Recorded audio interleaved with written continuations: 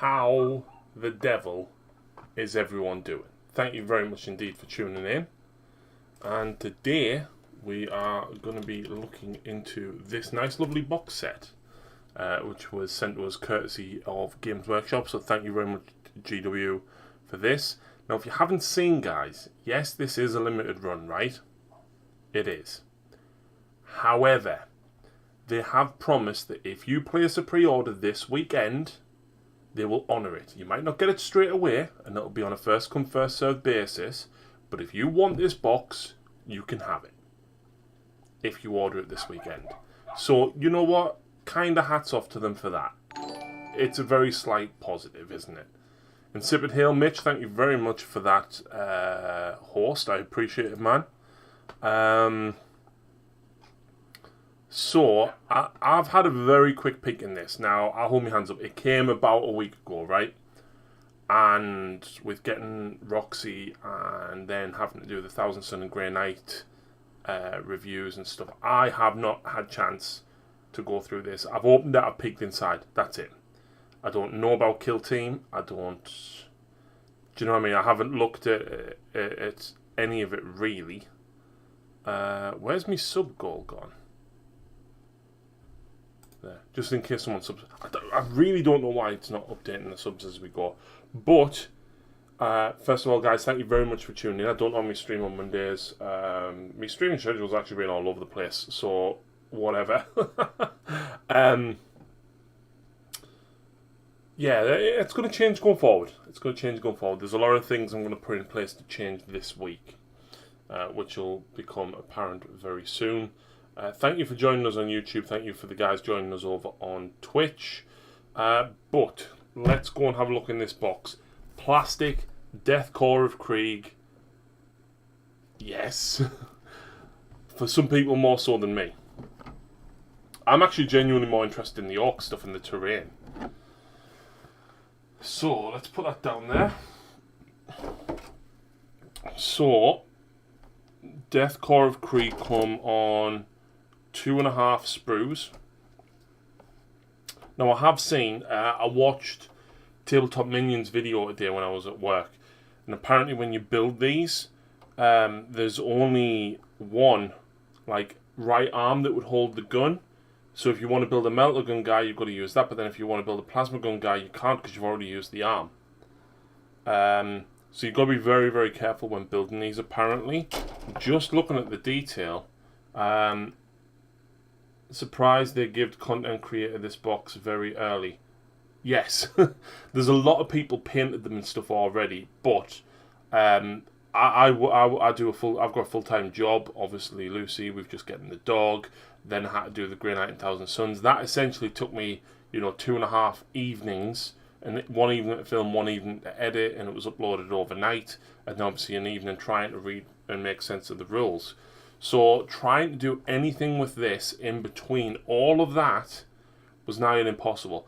People who are just painters can obviously, if they've got nothing else on their table, they're not doing Codex reviews and stuff like that, then they've had time to paint models. There's plenty of amazingly painted models out there. Just secured a new job, so this will be a little congrats present myself this weekend. Oh, that's great, Fury. Absolutely great. So yeah, these are pretty detailed. There's a lot of options in them. There's all sorts of grenade packs, pouches, scopes, grenades, but they all look really, really cool. In my opinion, this is the treatment that Guard should have had, not what they got, which was, well, let's face it, it was a kick in the nuts, wasn't it? So some very nice Death Core of Craic models there. Looking at the Orcs, you've got 2.5 sprues, or rather 3 full sprues here.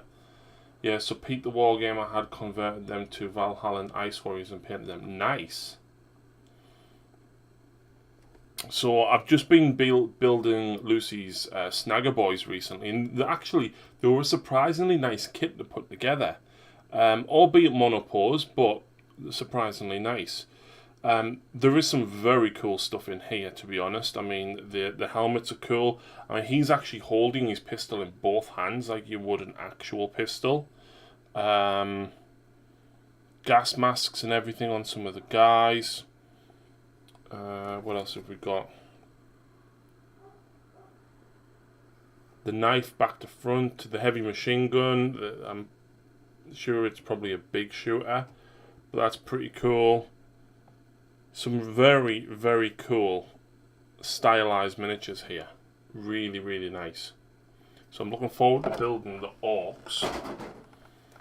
I kind of want to have like a little orcathon soon, because I've got so much orc stuff that I really want to paint for Lucy. Oh, there's the flamer. And then he's got the cord on it. You've got the grot on there. Oh, you've got the grappling gun. You've got the rockets. You've even got the tank there to go on the barrel guy's back. So that is pretty cool. Measuring gauges. This kind of now reminds me of Marvel. I think there's a sniper in there. A lot of different weapon options, but if you play 40k only, the RAM is good to have. Yeah, I'll have a look at that probably. So yeah, these are so the hexagon, the pentagon is apparently 6 inches. The circle is 2, triangle is 1, and the square is 3. So you get 3 of them, and then a couple of little barricades there.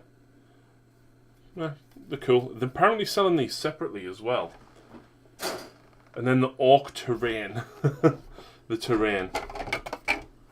Like, this isn't even small. Like, this is a lot of terrain, man. I mean, look at that. That's a side and a front, and then the gantry. And there is so much detail on it, man. I mean, the tank, you've got Christmas lights hanging down there, springs, gas canisters, like some sort of boiler thing. Like, there is so much detail on this, man. Good terrain for kill team, but being very empty before. There was one with, I think, with the Scutari and the Gene Stealer cult in, and you got the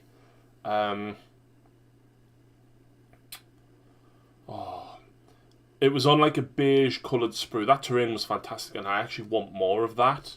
But yeah, so that's one. Is that the same? So that's the same sprue as that. So you get 2 of them. So that's like 2 decent corner ruins.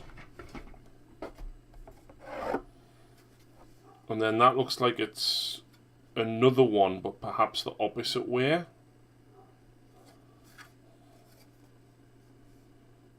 So that's pretty cool. I love the detail that's going into the terrain these days. I'm going to actually have a look on the GW website and see what other 40k terrains available. So this one looks cool. It's like a double canister type thing with like an oil platform. Like, that reminds me of Gorka Morka, actually. Really does. So that is pretty cool. Apparently... Oh, wait there. Is there another one of that one?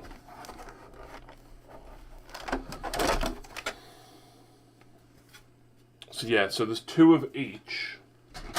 So there's 4 corner ruins, and then that one.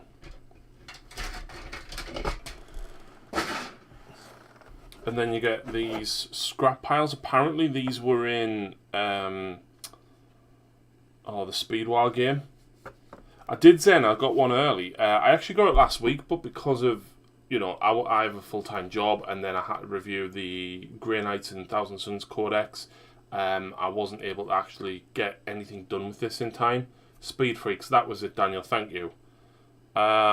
So again, like, these are still like really cool. Some barricades and some scrap and stuff. Like, I love the fact that it's got Christmas lights in it. I think that's really good, man. Really good. We've got the cards. We've got the bog standard dice. I wish we... And they're tiny and small and crap compared to the last ones. The new Orc dice do look very nice, actually. We've got the bases. We've got the 2 books. Oh. And then of course we've got the battle mat. Oh, and transfers. And transfers. So we've got the instructions, we've got all your tokens. We've got the Octarius book, which I'm guessing this is like the campaign book. Yeah, so this has got all your missions and everything in it for this. It's got the rules in for the orcs and everything. And I'll have the rules in for, yeah, the Death Corps. Yeah, so this has literally got everything in it and the narrative for Octarius. I still have that box and many old boxes. I still have the Silver Tower box. Yeah, we've got Silver Tower box and never getting around to playing it. So, what's the crack with the actual rules?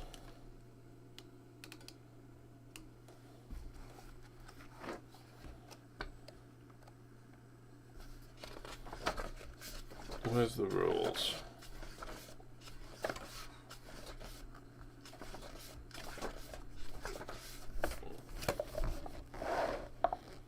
There we go. So,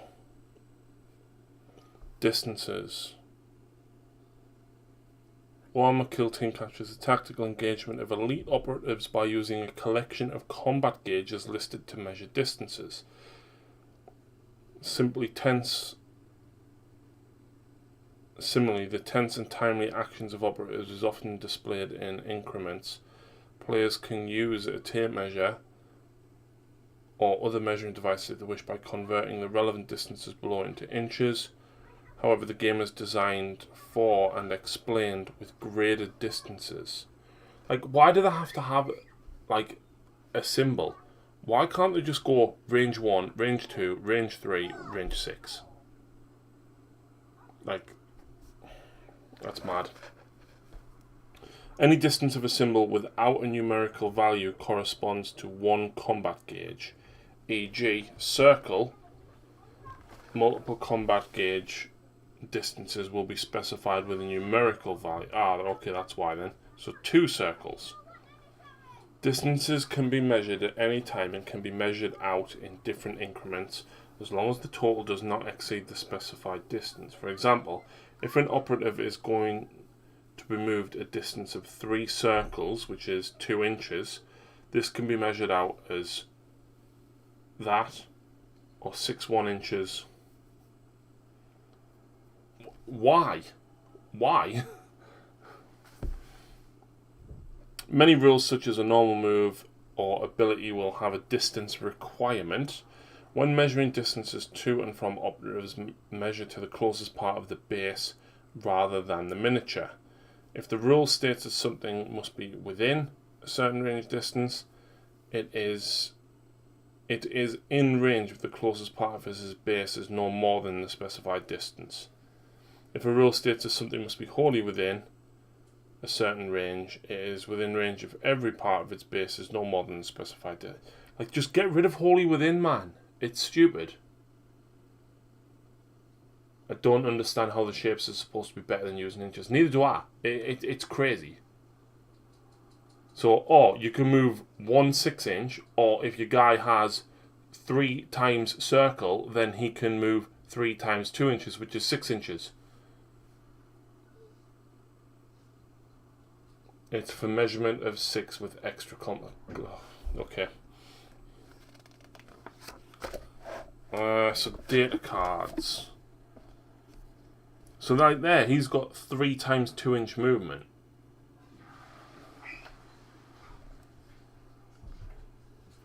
So the action point limit, the number of action points an operative generates when it is activated, which are used to perform actions.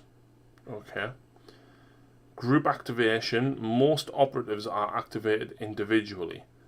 Some operatives must be activated in a group. The number states how many of these operatives are activated in a group. So I'm guessing things like grots, maybe, that you could probably activate 2 or 3 of them together, maybe. Defense is how many attacks the operative can defend each time another operative attacks with a ranged weapon. So defense of 3. Save how likely the operative is to avert an attack each time another operative attacks it with a ranged weapon, represented by the result required when rolling a d6. Note that a lower result is a better characteristic. Okay. Wounds is how many wounds an operative can lose before it is incapacitated.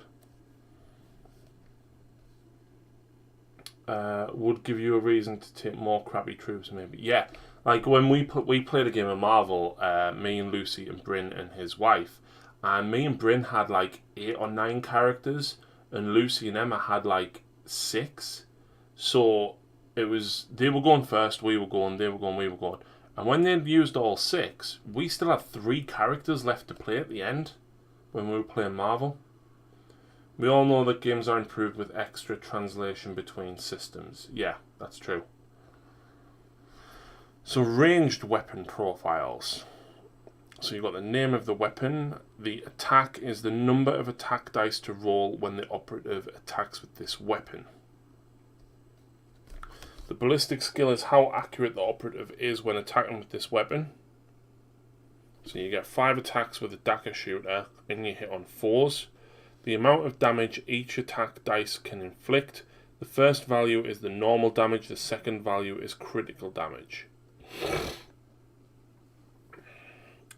Special rules is...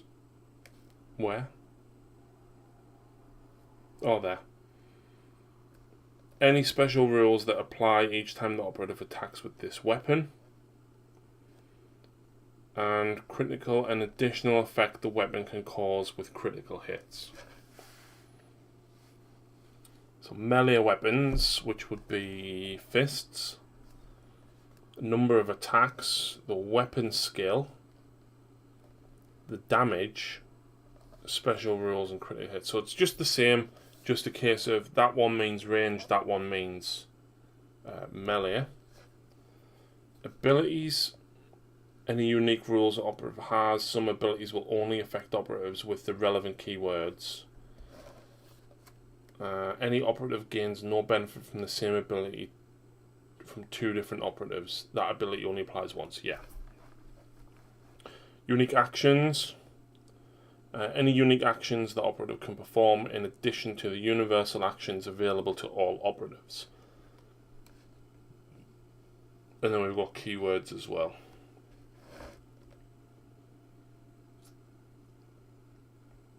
Engagement range is the zone of threat that operatives present to their enemies. Many rules in the game use engagement range, such as when moving and fighting. Engagement range is mutual, therefore operatives are within each other's engagement range if one of them is visible and within triangle. What's triangle? 1. Why couldn't they just put 1?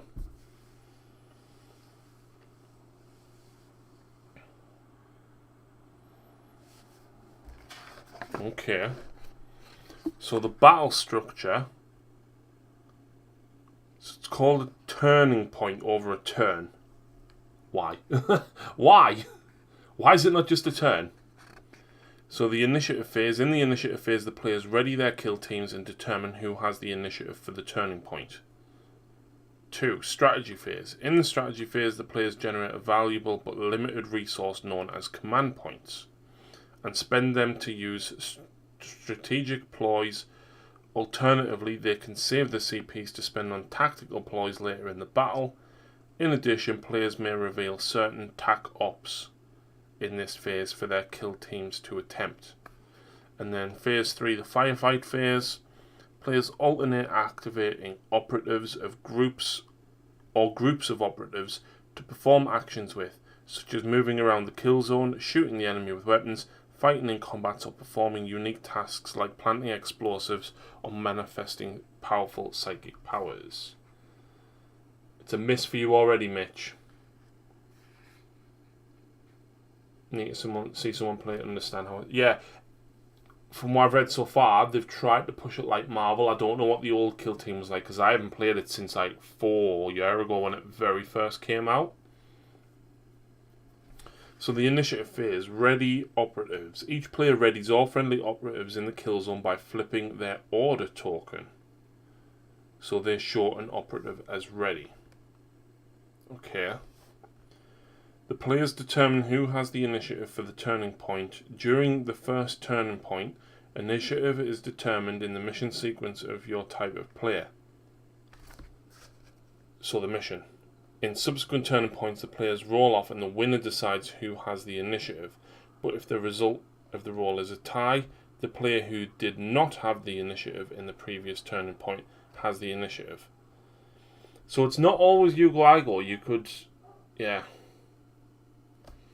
Before each turning point, each player must complete this calculus problem. The answer must be presented through an interpretive dance routine. Pretty much. Kill team was like normal 40k but extra rules. Mitch barely has the attention span for 40k. Having the initiative will give the player influence over the order of certain aspects of the battle, such as deciding which operative activates first during the turning point. If more than one rule would happen simultaneously, for example, 2 rules that take effect at the end of a turning point, the player with the initiative determines the order in which they take effect. Okay. So the strategy phase, generating command points. Each player generates 1 command point and adds it to their command point pool. They remain in the pool until they are spent. That's cool. Did they send you a freebie box or just the rules? The whole box, Dallinair. I missed the original kill team. 200 points, no models with a save of 2+. Done. Yeah. What the fuck is with the triangles and shit? What do they add anything? So the triangles and shit then are different movement values. So the triangle is 1, the circle is 2, the square is 3, the pentagon is 6. Why? Why not just range 1, range 2, range 3, range 6? Done. Right? That's how easy it should have been. But no. To make it complicated, this guy has a movement range of 3 circles, which means he has a 3. He can make, as far as I can see, 3 movements of 2 inches, I think. Yeah, I don't know why. I heard the game was getting a lot of hate for its movement. They've tried to go like Marvel by doing this, I think. And obviously they don't want to copy the pivot gauges of Marvel and stuff. But yeah. We'll see what the movement and stuff's like when we get to it. But so far, having played Marvel, it does try, for me, it's trying to compare to Marvel. If I did try this out, I'd have to just write the numbers over the shapes anyway. My brain is too old for quick conversion. Well, that's what these are for, Frog. So if it's 3 circles, there's your circle, right? So you can move 3 of them. If it's pentagon, then that's your pentagon. So it's 1 of them. If it's square, it's that distance. If it's triangle, it's that distance. And that's it. Is it basic Marvel? I don't know yet. It certainly feels that it's going that way. So CPs seem like they're going to be sort of a bit like power. Too much square peg round hole for me. Yep. So CPs can be spent on strategic ploys. They are used in the strategy phase as described below and are unique rules a cunning general can use to aid their kill team. Strategic ploys can be found in your faction's army list. Gee, I wonder if that's like a team tactic card. Maybe you don't do all the movement in one go, so like you can 2 step out of cover, fire, then step 2 into cover. You could still use numbers. Yeah, I agree, you could still use numbers. We'll get to the movement phase shortly, though, Zen, and find out. That's just bizarrely overcomplicated. Why not just keep it 6 inches? Because we don't know what the rest of the movement phase is going to be like, or how a move is going to be like.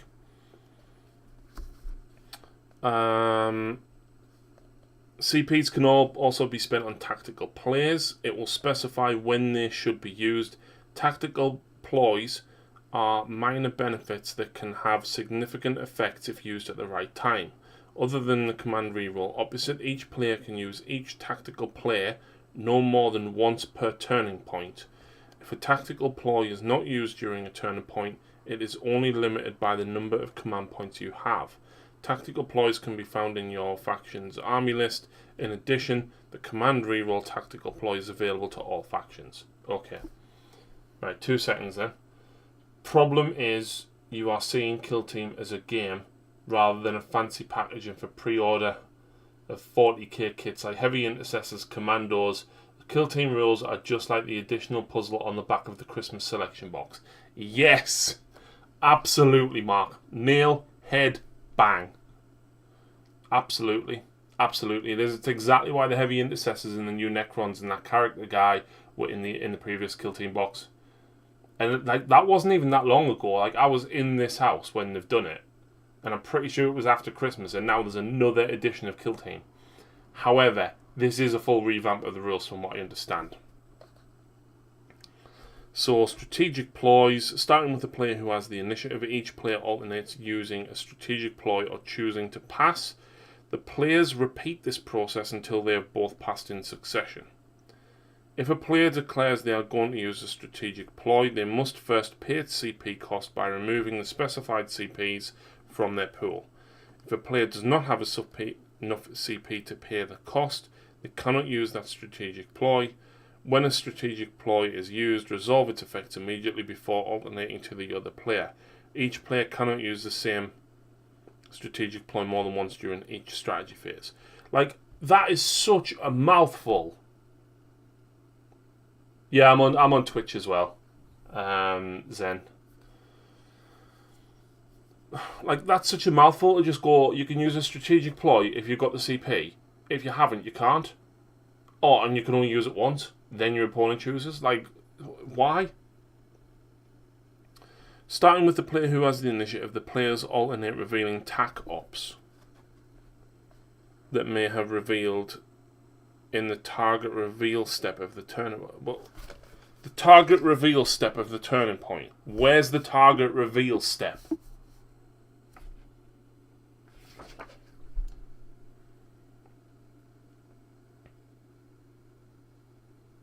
Like, am I missing something here? Starting with the player who has initiative, the players alternate revealing tac ops. What exactly are tac ops anyway?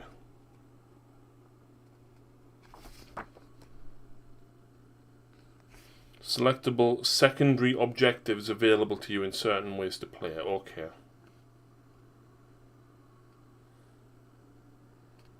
See page 81. See, like, why is that there? And then say, oh, see page 81. Wow, there is so many. Oh my god.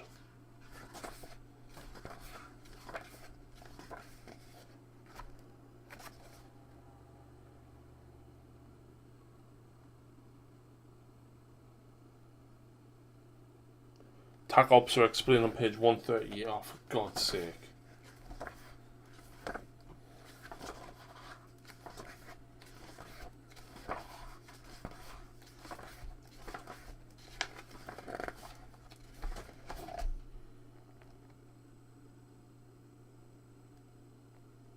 Right, so they are literally just secondary objectives that you can attempt to achieve in certain battles to earn victory points.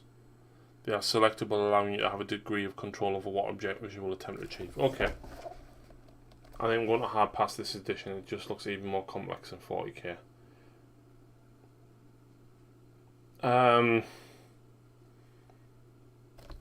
You're saying it looks more complex, but we haven't actually covered any of the proper rules yet, other than how to get initiative. Then you declare basically what your missions are, I think. So the initiative, you determine who's going first. Strategy phase, you basically select your missions, generate your command point. It's basically your hero phase or your command phase, right? My suggestion, if you want to play a kill team style game from GW, try Necromunda. Far simpler. I've never played Necromunda, I couldn't really say.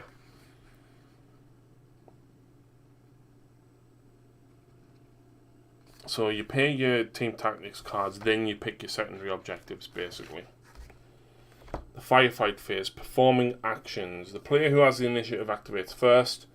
They select one ready, friendly operative and activate it. Once they have completed that operative's activation, their opponent selects one of theirs and does the same. Players repeat this process until all operatives in the kill zone have been activated. Each time a player activates one of their ready operatives, they must determine whether it is an engage or conceal order. If it is the first turning point, it has the order that was given to it when it was set up on the battlefield. In all subsequent turning points, they can choose what order to give it. Okay. The operative that generates a number of action points equal to its action point limit, which are used to perform actions. Actions are explained on page 60. Once all of their action points have been used and they have no other actions to perform, their activation ends and they are no longer ready. Why does it say actions are explained on page 60 when, oh look, you turn over and you're on page 60? I'm just going to enjoy the minis in the terrain. These rules seem like total clown shoes. Yeah, maybe. Also, I understand they talked a model can do 2 action when a custodian can do 4 actions. It kind of makes sense because custodes are like good. Each action is associated with a cost in action points, for example 1 AP. Each time a player wishes to perform an action with an operative, they must subtract the specified action points from the number of action points that operative generated. If they do not have enough action points to perform that action, they must select a different action. They then perform that action as specified. While an operative is performing an action, it is known as an active operative. Like, why does this all have to be? This is so many words for so little thing to do. The controlling player does not need to declare all of their operative actions when it's activated. Instead, they can perform an action and then decide the next action after seeing its effects. Okay. When it is your turn to activate an operative, if you do not have any ready operatives left to activate, but your opponent has not yet activated all of their operatives, you can select a friendly operative that has an engage order that is already activated and can perform a single Overwatch action. See page 63. Like, especially compared to the Marvel rules, right? You literally read the Marvel rules as you would play through everything is order. So it's telling us about Overwatch here, right? But it doesn't tell us the whole thing. Oh, if you want to do Overwatch is a thing, by the way. You can do it. You can do it by doing this. But if you want to learn how to resolve it, go 2 further pages into the book. That's annoying.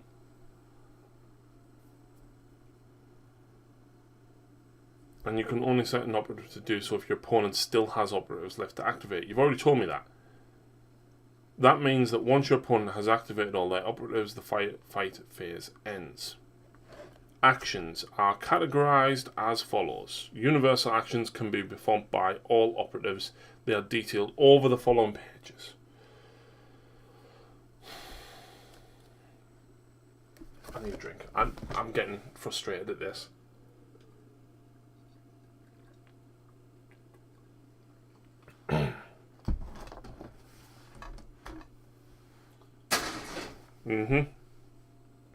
Unique actions are detailed on the operative's data card that only they can perform, such as the Daka Dash action found on the example card in page 54. Why not put the example there? Perform a free shot action and free dash action with this operative in any order.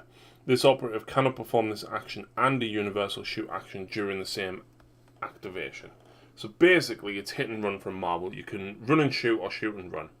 But you can't shoot again if you do that. Fine. Dash action found on the example data card on page 54. Oh no, sorry, that wasn't a...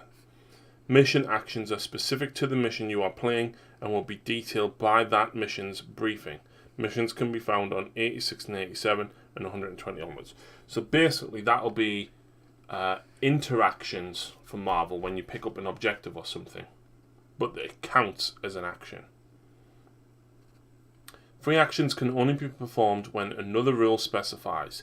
Each time an operative would perform a free action, the following rules apply. The operative can perform the action so long as the requirements of the action are met. No shit. The player does not subtract any additional AP. Really? That's not what free action means, is it?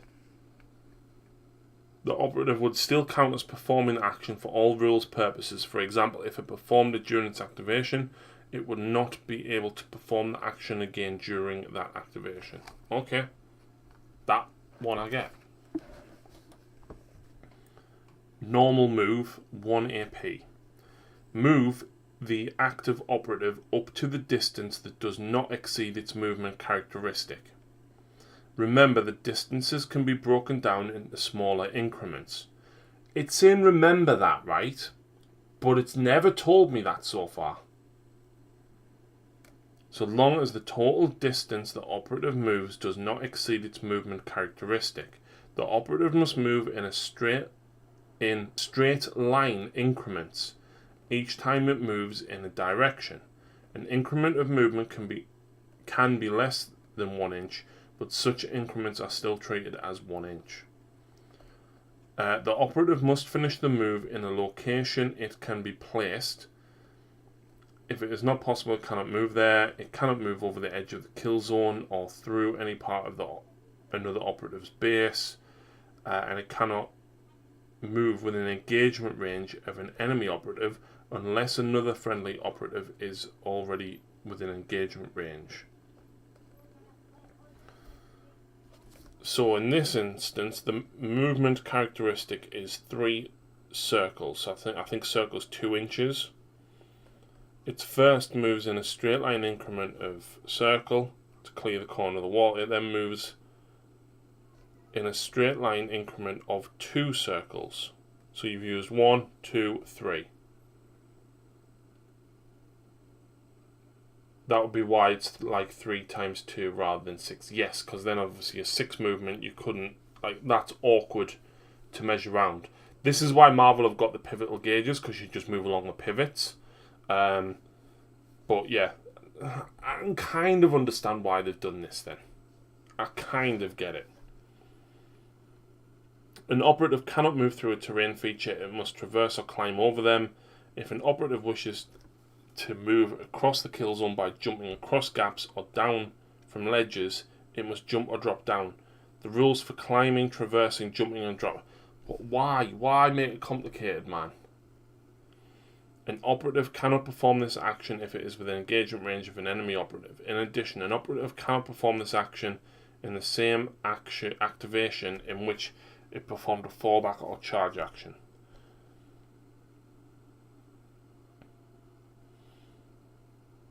Each time an operative makes any kind of move, it is the fly keyword. It can move around the corner and over the operative's base as if they were not there, but must finish its move following all the requirements specified by that move and cannot finish its move on top of other operatives.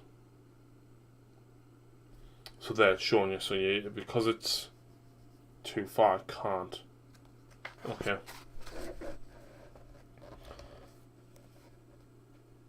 So charge is 1 AP. A fall to retreat is 2 AP.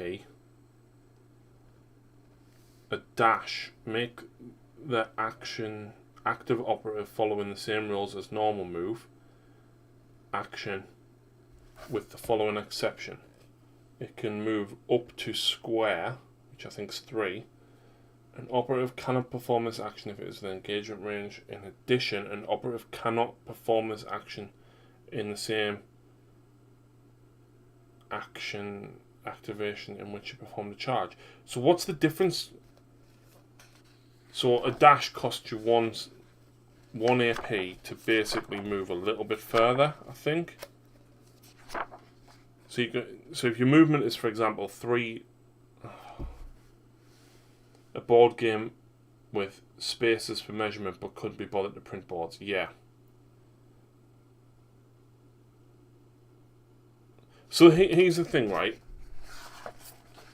if your normal move is 3 circles, right? Surely you would just run 3 circles, which gets you 6 inches. Why would you then do a dash to move 3 inches?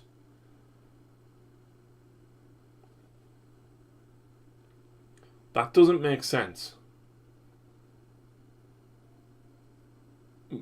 Dash is advanced. Yeah, but why don't you just move then? That's what I don't get. Why don't you just move rather than dash, Mitch?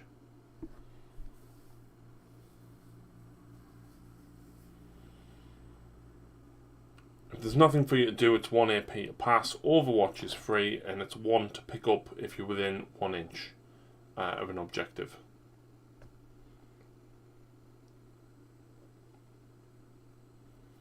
You can actually drop it without subtracting any additional AP. If an operative would be removed from the kill zone while carrying the objective marker or token, before it's removed, it must be dropped. To drop an objective marker or token, the operative's controlling player, so it's a controlling player that places the center of it within 1 and visible to the operative that dropped it. If you're using action points for extra movement, you get to shoot less, presumably. I don't know. Space Hulk had much easier rules than these, so absolutely, and I've played Space Hulk.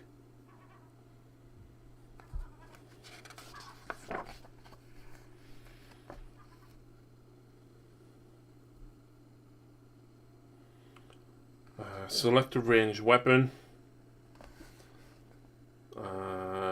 Number of attacks is equal to the number of attacks characteristics. Select a valid target. The attacker selects a valid target for shooting. A valid target is an enemy operative in the active operative's line of sight that has no friendly operatives within its engagement range. If there are no valid targets for the shooting attack, the shoot action cannot be resolved, and you must choose a different action. Okay. So roll the attack dice. Using the ballistic scale, a result of a 6 is always a hit, a 1 is always a fail. Keep track of the retained result of 6. This is a critical hit. Each other retained success is a normal hit. Okay. Roll the defense dice. The defender collects the defense dice and rolls them. Each result that equals or beats the target's save characteristic is a successful save and is retained. Each that doesn't is a failed save and is discarded. A result of 1 always fails. Keep track of each retained result of a 6. This is a critical save. Each other retained success is a normal save.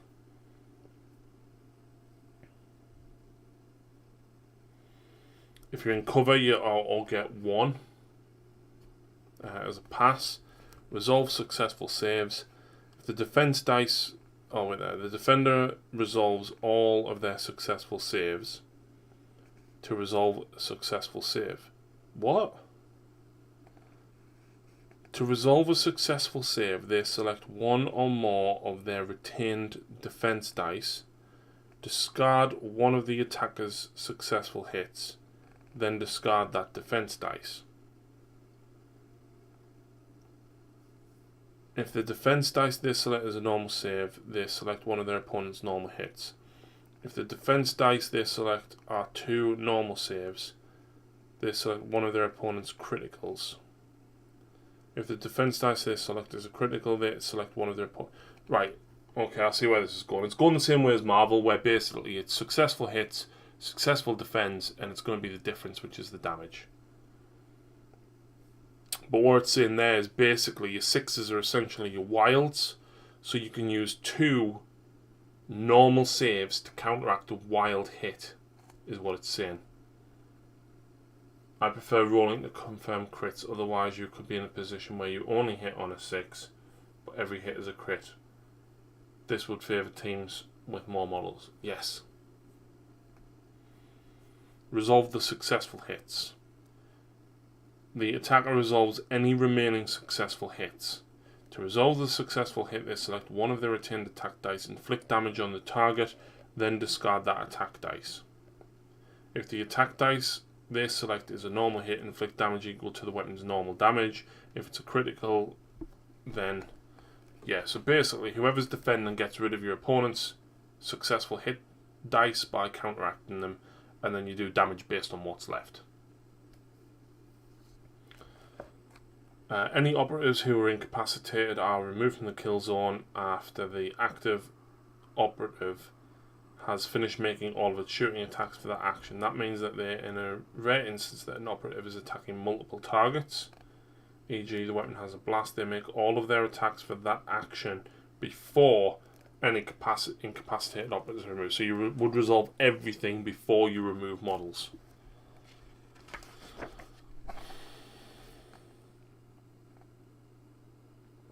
So fighting looks like it's the same, but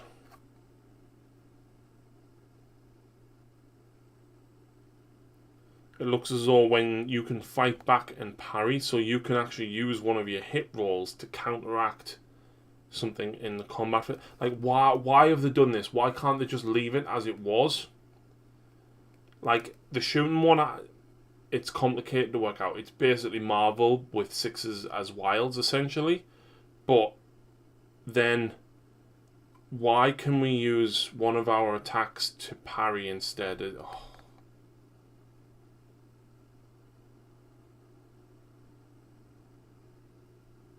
And there, each time an operative fights in combat, for each other friendly operative that supports them in that combat, improve their weapon skill by 1. So here they would get +1 to weapon skill.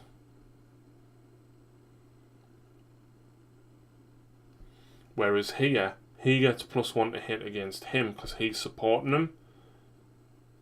Where if he attacks these two, he doesn't because he's not attacking them as well.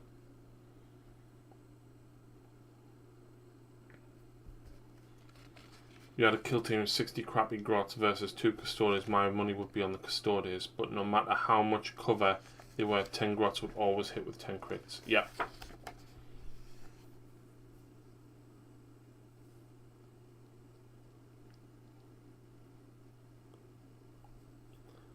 So wounds and damage. If an operative has fewer than half of its wounds remaining, it is injured. While an operative is injured, subtract circle from its movement characteristic and worsen the ballistic skill and weapon skill characteristic of range and melee weapons by 1.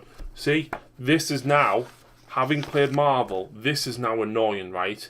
So if he gets worse when he's under half damage, right, flip the card. Or have a second line, have a damage. Do you like when vehicles have got over 10 wounds in 40k and you've got a damage line and it changes some of the statistics?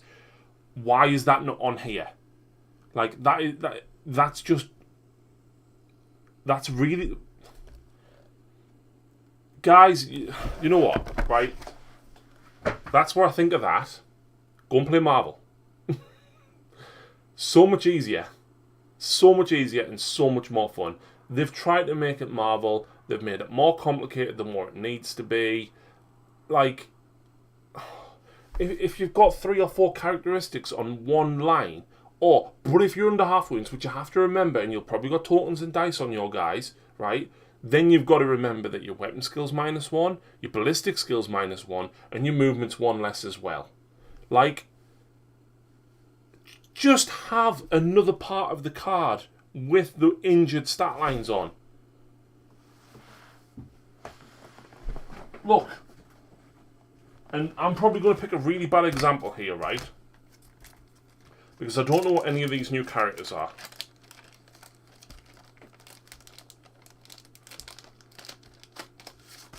Right, healthy.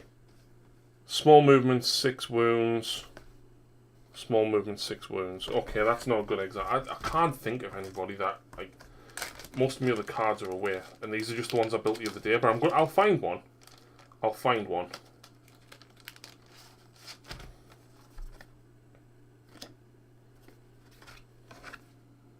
There. Look, Bucky's got 5 wounds on his healthy side, right? Turn him over. Oh, look, he's got 6 wounds because he's injured. He's a little bit tougher.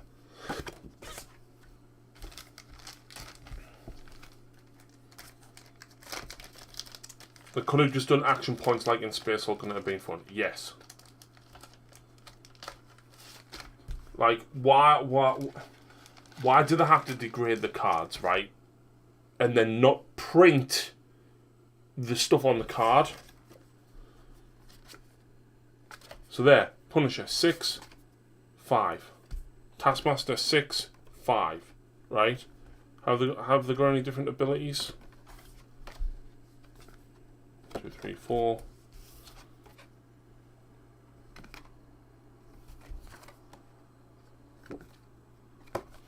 Some of them have different abilities when they're wounded, right?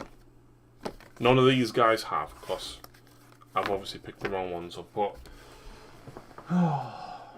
like,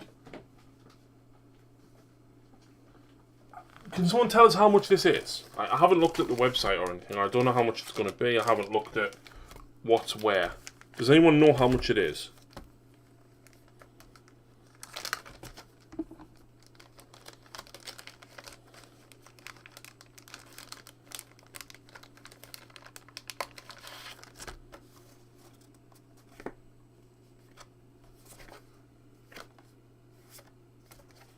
They're not any different. They say it's going to be £125. Okay. If you want some shiny Orc models and some shiny plastic Deathcore, right? 5 medium, 5 medium, 5 and long, 5 and long. 1, 2, 3, 4, 5. 1, 2, 3, 4. Yeah, none of these ones are any different. Perfect example is Captain America, right? When he's on his injured side, he gets I can do this all day, right? He counts blanks as successful defense, right? Tony, Iron Man, gets his Unibeam attack, right? MODOK, like, his wounds on his injured side are 4. £125, but estimated at 150 plus. I'm just gonna find something and then post a link in chat for you guys, right?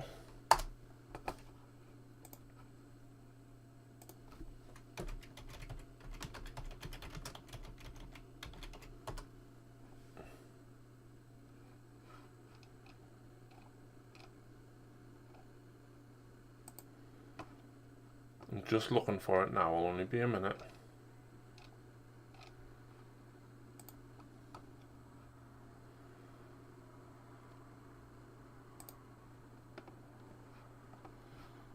Alright, it's worth it for the minis and terrain. Shame the rules are overly complex. Yes.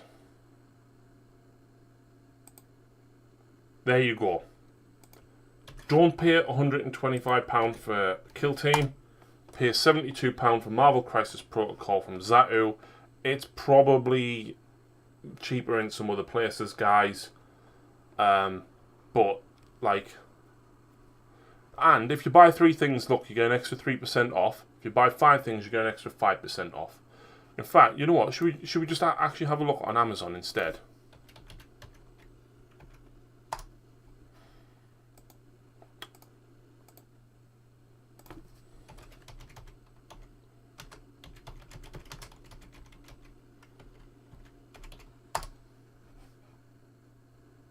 Okay, so it's 77 there.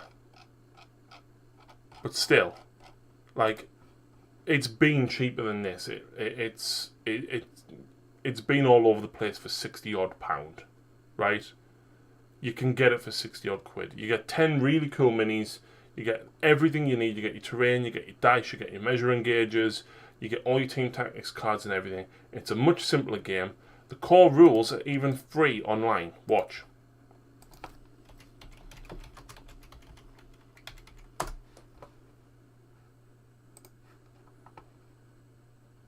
When it loads.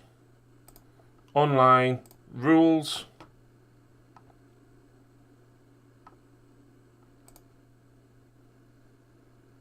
Oh look, there's your entirely free rules. 31 pages in total, right? First page is a cover, second page is credits. So that's 29. 28 if we take out the contents, right? 28 pages,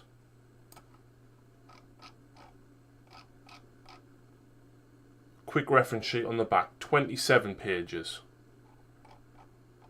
1, 2, 3, 4. 4 appendixes. 23 actual pages of rules, right? All free, very simple to use, and you can even control F and go, oh, what's the judgment condition do? Oh, the character does not gain power when suffering damage from enemy attacks. That's it. That's literally it. That's how simple it is. 56 quid on that random deal on Amazon when... Yeah, there was a couple of random deals, Mark, when it was under 60 quid. Ashdown have it for 68, used to be 60, but gone up to 70 due to demand and short supply. Yes. But I need my special Orc commandos. Go and 3D print some, Zen. Go and 3D print some, right? The models are nice, I admit it, right? The terrain's nice, sure. But, like, so is other stuff. Do you know what I mean? Plastic Deathcore. Go and 3D print some. There's like loads of generic military guys out there. Mitch can probably tell you where they all are. There's a metric ton of generic Orc guys. Oh, look, here's my Orc Commando. Yay, he has a dagger gun. Oh. Yeah, I'm mates with Giga who makes all the 3D printed Orcs. Yeah, you mean like this, the Pirate Naughter. Or this Death Dread. That's what you mean, right? Yeah. Or this definitely not Mega Boss and Mega Armor.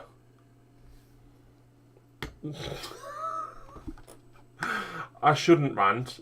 It is a very cool box if you like the models, right? It is. As a game,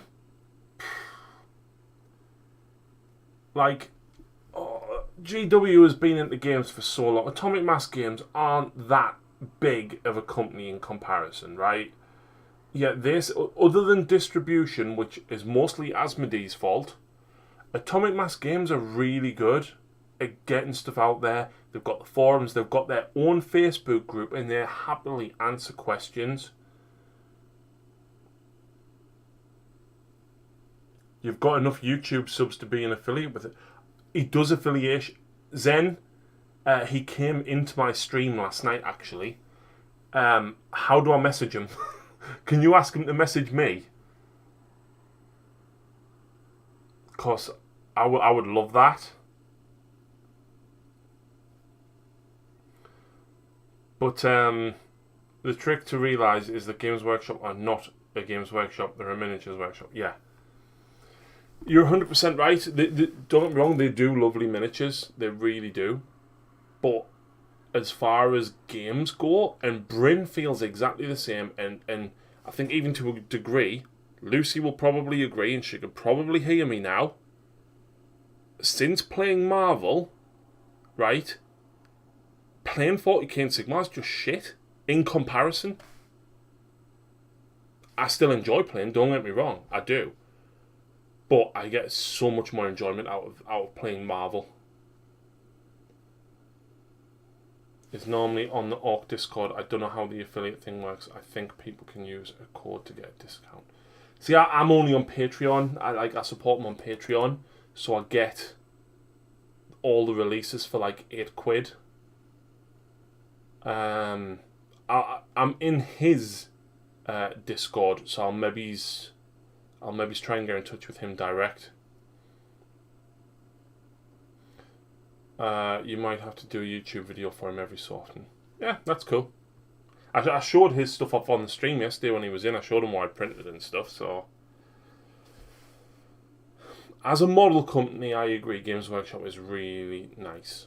The models are beautiful. So look at all the big stuff that they're releasing now. They're releasing them dragons. Lord Craic was fantastic. The new Be'lakor was brilliant. I can't think of any other ones off the top of my head. But come on, there's loads of cool. Like all the new Orc stuff is really nice as well. And like even if you look at the miniatures like 6, 7, 8 years ago, like, I got back into the hobby 7 years now.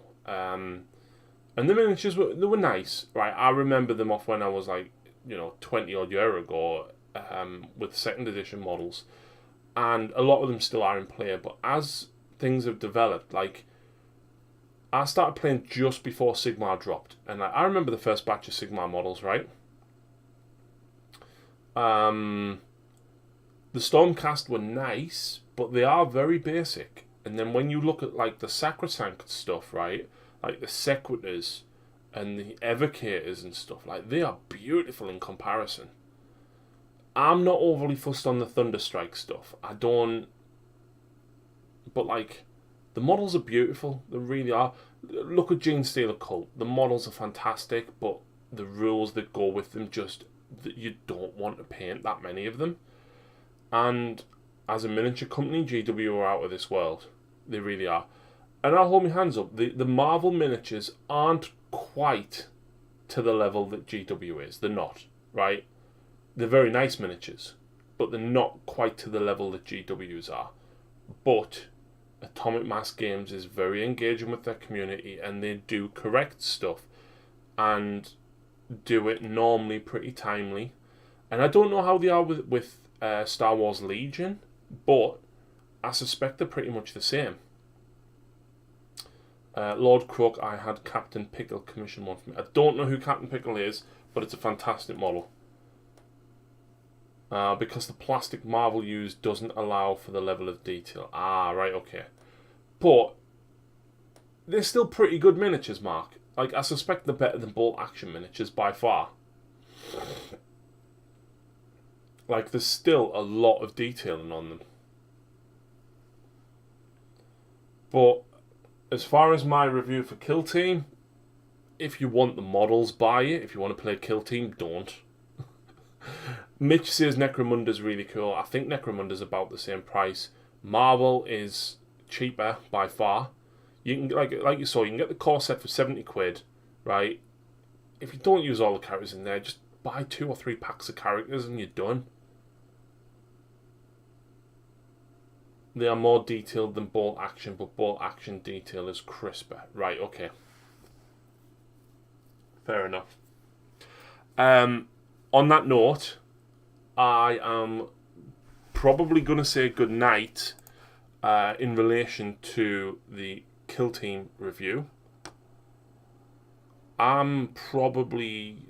might come back in 15-20 minutes and paint up those Blood Angels I need to paint. Or get Titanic. I shouldn't play with one model. The starter set gets you a lot. Yeah, but how much is the starter set, Mitch? How much is the starter set for Titanicus?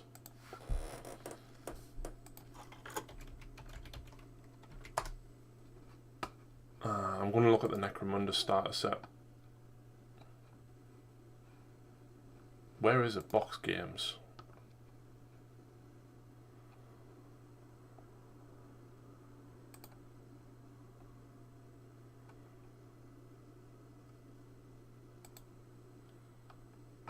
Yeah, I'll have a look in a minute, Zen. So Hive War is 90 quid.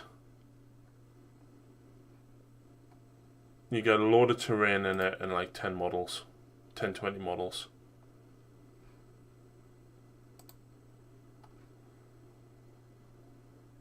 Actually, you get about 8 Escher and about... And you get 4... No, you get 10 Escher. 10 of Cawdor, I think, and then you get like a ton of walls and stuff. Yeah. You don't get quite as many models, you don't get all the nicey, plastic Craic. It's 90 quid RRP and you get 4 Titans and some Knights. Wow, okay. And that's not even with the discount, so like 90 quid. If you want the models for 40k, if you want the terrain for 40k, buy the Kill Team box. If you want to play a skirmish game, go and buy Necromunda, go and buy Titanicus, or go and buy Marvel. That's my review of Kill Team. For the time being, though, we are going to go and raid somebody on Twitch. I'm going to have a break, and I'm probably going to come back and paint some Blood Angels. Who are we going to raid for the minute? Who's online? Gus is online. Let's go and raid Gus.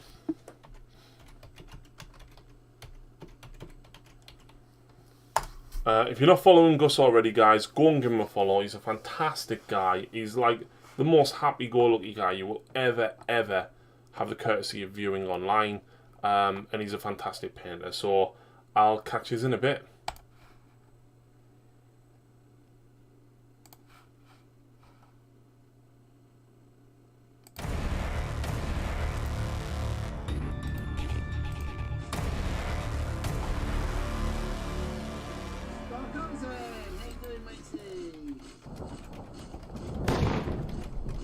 How you doing, Harry fella?